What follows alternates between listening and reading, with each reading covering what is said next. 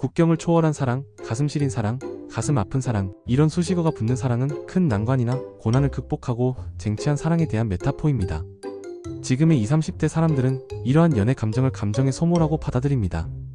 그들은 너무 아픈 사랑은 사랑이 아니라고 말합니다. 연애를 할 때 생겨나는 감정의 고저, 때론 갈등과 무관심에 대한 상실감, 이런 롤러코스터를 타는 것과 같은 감정의 소용돌이를 지금 세대는 좋아하지 않습니다. 더구나 이별의 상처를 겪고 나면 그들은 연애와 결혼을 선택 가능한 옵션으로 미뤄두고 스트레스는 비선택 영역으로 치워버립니다. 관계에 대한 피로감과 두려움, 바로 이것이 저출산 문제의 프롤로그이자 오늘 우리가 풀어야 할 가장 큰 퍼즐입니다. 오늘은 100년 뒤 대한민국 인구 750만 명이라는 충격적 전망과 그 배경에 자리한 청년 세대의 결혼 출산 기피 현상을 집중 분석합니다. 먼저 숫자부터 짚어보겠습니다.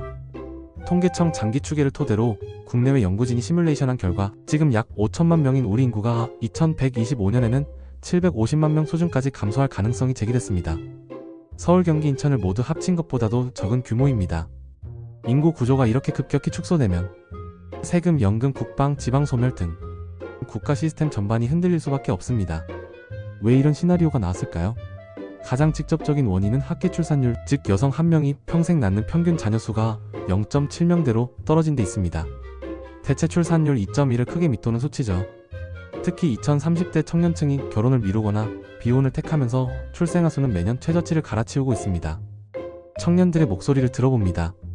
최근 취업 포털 조사에서 결혼을 망설이는 가장 큰 이유 1위는 주거비를 포함한 경제적 부담, 2위는 삶의 우선순위 변화, 3위는 출산 육아 부담이었습니다.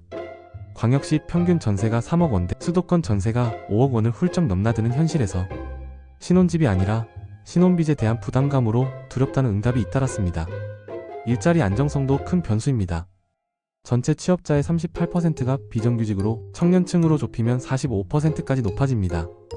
2년 단위 계약이 언제 끝날지 모르는 상황에서 인생 최대 규모의 결정을 내리기란 쉽지 않습니다.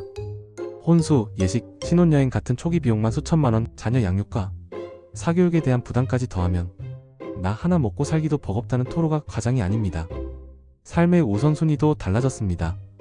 여행, 자기개발, 반려동물과의 일상이 결혼보다 높은 만족도를 준다는 조사 결과가 계속 나옵니다. 배달 플랫폼, 24시간 무인 편의점, 렌털 가전을 포함한 1인 가구 인프라가 탄탄해지면서 전체 가구의 30%가 혼자 살기를 선택했습니다. 서울 강남 마포, 성수 등지에는 1인 단지형 아파트가 속속 들어서고 싱글 전용 보험과 금융 상품까지 출시됐습니다. 여성들은 출산 후 경력 단절을 경험한 선배들의 이야기를 SNS를 통해 실시간으로 접합니다. 그래서 일과 가정 둘 다 포기하지 않으려면 차라리 결혼을 늦추거나 하지 않는다는 선택이 늘고 있습니다. 남성들도 가부장적 책임을 강요받을까 두렵다고 말합니다. 결국 결혼 제도가 자유를 제한하고 책임과 희생을 요구한다는 인식이 양쪽 모두에 자리 잡았습니다. 이런 분위기 속에서 출산은 더욱 멀어집니다. 아이 한 명 키우면 3억 원이라는 계산표가 온라인을 떠돌고 영유아 부모들은 아이가 아프면 맡길 곳이 없다. 국공립 어린이집 추첨 경쟁률이 수십 대 1이라며 현실적 어려움을 호소합니다. 예비부부도 결국 둘 다 경력을 지키자는 결론에 도달하는 악순환이 반복됩니다. 전문가들은 이런 흐름이 국가 존립 문제로 이어질 수 있다고 경고합니다. 세수 기반이 급감해 연금과 건강보험 재정이 무너질 가능성이 크고 군 병력 부족으로 안보 전략 재편이 불가피해지며 지방 중소도시는 빈집 폐교 고령화의 도미노를 겪게 됩니다. 해법은 없을까요? 정부, 지자체, 기업, 시민사회가 함께 풀어야 할 퍼즐이 여러 제시됩니다. 우선 신혼 청년주택 공급을 늘려 결혼 초기 주거 부담을 낮추고 육아휴직 급여와 국공립 보육시설을 확대해 경력 단절 공포를 줄여야 합니다.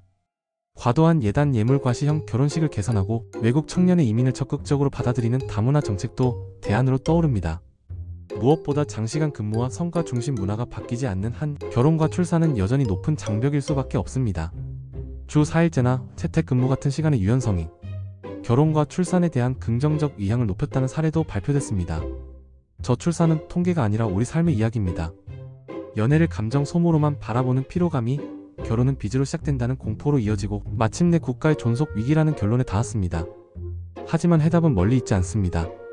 미래를 꿈꿀 수 있는 환경과 젊은 세대가 안정감을 느낄 수 있는 제도를 마련한다면 사랑은 인간이 할 수 있는 최고로 가치 있는 일이 될 것입니다. 오늘 전해드린 내용이 여러분께 작은 생각거리를 선물했길 바랍니다.